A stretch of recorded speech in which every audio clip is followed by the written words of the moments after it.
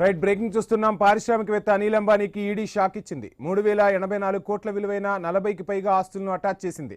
Money laundering ఆరోపణలపై దర్యాప్తు చేస్తున్న ఈడీ ఈ మేరకు చర్యలు చేపట్టింది. అక్టోబర్ 31న ఇందుకు సంబంధించి ఉత్తర్వులు జారీ చేసినట్లు అధికారులు తెలిపారు.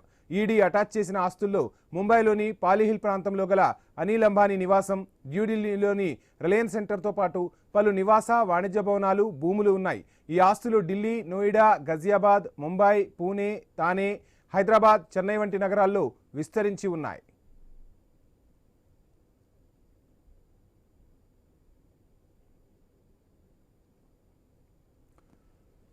చూస్తున్నాం. పారిశ్రామికవేత్త అనిల్ అంబానీకి ఈడీ షాక్ ఇచ్చేసింది. 3084 కోట్ల విలువైన 40కి పైగా అనిల్ ఆస్తులను అటాచ్ చేసింది ఈడీ.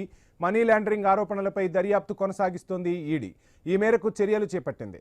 అక్టోబర్ 31న ఇందుకు సంబంధించి ఉత్తర్వులు జారీ చేసినట్లు అధికారులు స్పష్టం చేస్తున్నారు.